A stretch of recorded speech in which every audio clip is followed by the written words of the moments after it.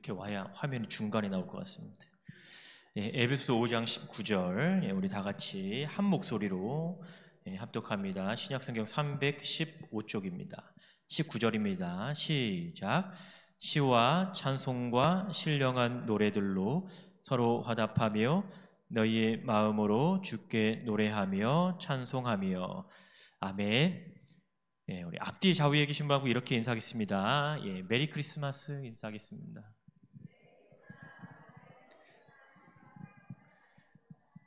예, 아직은 성탄절이 아니라 아직 마음이 안 생기죠? 예, 이틀만 좀 참아보세요. 예, 오늘도 예, 우리에게 주시는 이 말씀이 또 여러분의 큰 힘이 되시기를 주의 이름으로 축원합니다.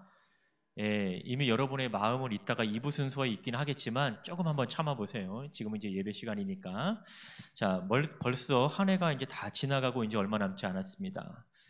늘 우리는요, 한 해를 마무리하는 이 즈음이면 어딘가 모르게 되게 설레임도 있고 분주함도 있어요. 우리에게 분주함이 있는 것은 이제 한 해를 우리가 정리를 해야 되는 이 순간인 것이죠. 지금까지 열심히 한 해를 살아왔는데 그 한 해를 우리가 어떻게 정리를 해야 될까, 어떻게 마무리를 해야 될까라는 생각에는요, 때로는 분주함이 있습니다. 그리고 또 한편으로는 설레임도 있죠. 새로운 한 해를 우리는 기다리고 있어요. 앞으로 새해는 또 우리가 어떻게 살아갈까, 또 어떤 삶을 계획하고 기획하고 어떻게 내가 또 이 한 해를 또 살아갈까라고 하는 설레임이 있는데, 그 분주함과 그 설레임 사이에 뭐가 있어요? 성탄절이 있습니다.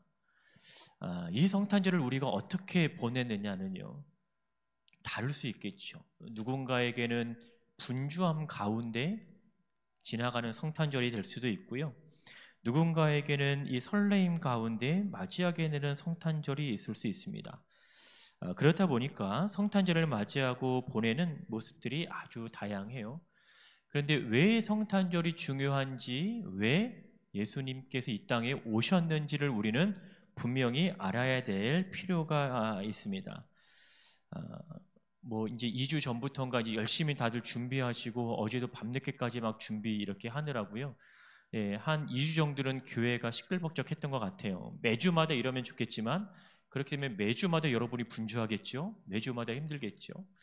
그러나 1년에 몇 번 안 되는, 정말 이렇게 한 번 오는 이 성탄절을 우리가 전심으로 준비하고 또 전심으로 찬양하기를 주의 이름으로 축원합니다. 여러분, 오늘 우리가 읽은 본문에서 찾을 수 있는 주제어가 있다면 당연히 찬송 또는 노래이죠. 5장 19절을 다시 한번 읽어보면 시와 찬송과 신령한 노래들로 서로 화답하며 너희의 마음으로 주께 노래하며 찬송하며. 지금 우리 눈에 띄는 단어들은요, 시, 찬송, 노래, 화답, 그 다음에 노래, 찬송이라고 하는 단어들이 계속해서 반복되고 있습니다. 자, 여러분, 찬송이라고 하는 이 단어를 사전에서 찾아보시면 어떻게 설명을 하고 있냐면, 자, 찬송의 일반적인 의미는 하나님의 은혜를 기리며 찬양하다라는 거예요. 그러면 이 문장 가운데에서 우리가 생각할 수 있는 것이 두 가지가 있는데, 하나는 뭐냐면요, 바로 분명히 찬송의 대상이 있다라는 겁니다. 우리는 누구를 찬송하는가, 우리는 누구를 찬양하는가라는 것이고, 또 하나는 뭐냐면 왜 우리가 하나님을 찬송하는가입니다. 이 국어 사전에 이렇게 설명되어 있는 것을 보면 이 두 가지의 답이 다 나와 있습니다. 첫 번째 찬양의 대상은요, 하나님이라고 하는 것을 분명히 얘기하고 있어요. 그리고 왜 찬송을 해야 하는가라는 것은 그 하나님의 은혜가 있기 때문이다라는 거죠. 그러니까 우리가 찬송을 할 수밖에 없는, 우리가 오늘도 이렇게 찬양을 할 수밖에 없는 그 이유는 뭐냐면 우리가 하나님께 받은 은혜가 있다라는 것, 첫 번째. 그리고 우리의 찬양을 받으시는 분명한 대상은 바로 하나님이시다라고 하는 것이죠. 그래서 우리는요, 찬송해야 하는 이유도, 찬송의 대상도 분명히 알아야 하는 거죠. 왜 우리가 이렇게 열심히 준비하고 무엇 때문에 우리가 열심히 이렇게 준비했는가? 우리 어린 친구들이 무엇을 위해서 열심히 준비하고 우리 기관들이 왜 이렇게 열심히 준비했는가는 분명히 그 찬양의 대상과 찬양의 목적, 이유가 있다라는 것입니다. 여러분, 오늘 우리가 읽은 에베소서 5장 19절은 한 절을 읽었지만 이 단락의 시작은요 15절부터 시작이 됩니다. 그렇다라고 하면 어떠한 맥락에서 찬송과 노래가 나오는지를 살펴볼 수가 있는데, 자, 15절을 제가 한번 읽어드릴게요. 에베소서 5장 15절. 그런즉 너희가 어떻게 행할지를 자세히 주의하여 지혜 없는 자 같이 하지 말고 오직 지혜 있는 자 같이 하라 라는 말입니다. 그러니까 이러한 맥락의 문단의 시작을 통해서 우리가 오늘 19절까지 내려오는 거예요. 그리고 21절에서 그 단락이 마무리가 되고 있는 것을 보게 되죠. 자, 15절에 보면 자세히 주의하다라는 것은요, 잘 살피다라는 말입니다. 그런데 이렇게 잘 살펴야 하는 주제가 바로 주체가 너희인 거예요.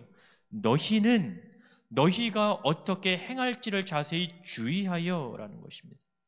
그럼 그리스도인으로 살아가는 우리가 어떻게 살아가야 될지 자세히 살피는 것이 일단 중요하다라는 거죠. 그런데 15절을 보면 이렇게 바르게 살아가기 위해서 등장하는 것이 있는데 끝에 보니까 지혜인 거예요. 너희가 어떻게 행할지를 자세히 주의하여, 자, 맨 끝에 보시면 오직 지혜 있는 자같이 하라라는 겁니다. 그러면 자, 여기서 나타나고 있는 이 지혜는 일반적인 우리가 삶을 살아가기 위한 지혜가 아니라 이 땅에서 그리스도인으로 살아가기 위한 지혜라고 하는 거죠. 그럼 지혜 있는 자는 어떠한 자인가를 묻는 질문의 대답 가운데 하나가 오늘 우리가 읽은 5장 19절의 말씀인 거예요. 지혜 있는 자의 삶은요, 노래와 찬송이 있다라는 거예요. 그런데 그 사람들이 왜 지혜 있냐라는 것은 찬양의 대상도 알고 있고 찬양의 이유도 알고 있다라는 거죠. 그러니까 찬양의 대상과 찬양의 이유를 알지 못하고 그냥 무작정하면 지혜가 없는 것을 드러내 보이는 거죠. 그러니까 우리가 찬양을 하고 예배하고 경배하고 하는 이 모든 것들이 바로 하나님을 위한 것이다라는 것을 우리는 알 필요가 있다. 성경은 그것을 우리에게 지혜라고 표현을 하고 있는 것입니다. 또한 이러한 찬송은요, 바로 앞에 구절인 18절을 보면 성령의 충만함의 결과 중에 하나로도 언급이 되고 있는 거죠.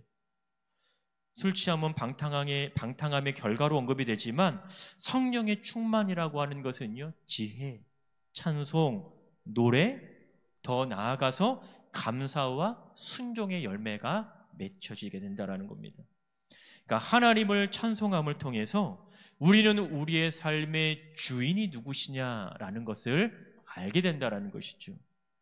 여러분, 성탄 축하는 누구를 축하하는 거예요? 예수님을 축하하는 겁니다.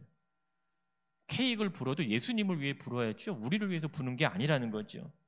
주님께 찬송과 영광을 돌리는 것이기 때문에 오늘 드려지는 모든 순서가 누구에게 영광이 되어야 된다? 예수 그리스도에게 영광이 되어야 된다라는 것입니다. 우리는 주님께서 주시는 그 은혜와 기쁨과 감사가 바로 우리의 찬송을 통해서 드러나는 것입니다. 주님이 주인공이신 거고 주님이 찬송을 받으실 대상이라는 거예요. 이것을 아는 것이 지혜 있는 자라고 성경은 얘기를 하고 있고 성령의 인도하심을 받은 자라고 하는 것을 얘기하고 있습니다. 그러니까 우리가 해야 할 일은 늘 하나님을 찬송하는 거죠. 찬송의 대상은 하나님이신 거고 언제까지요? 시편 89편 52절에 보니까 여호와를 영원히 찬송할지어다 라고 얘기합니다. 여러분의 삶 가운데 찬양이 끊어지지 않기를 주의 이름으로 축복합니다. 여러분의 삶 가운데 늘 하나님께서 주시는 그 은혜와 기쁨이 가득하기를 주의 이름으로 축복합니다. 우리의 평생의 삶 가운데 주님을 영원히 찬양하는 그 삶이 되기를, 또 오늘 이후에 드려지는 모든 순서들도 우리에게는 큰 기쁨이 되지만 하나님께는 가장 큰 영광이 되기를 주의 이름으로 축원합니다. 기도하겠습니다.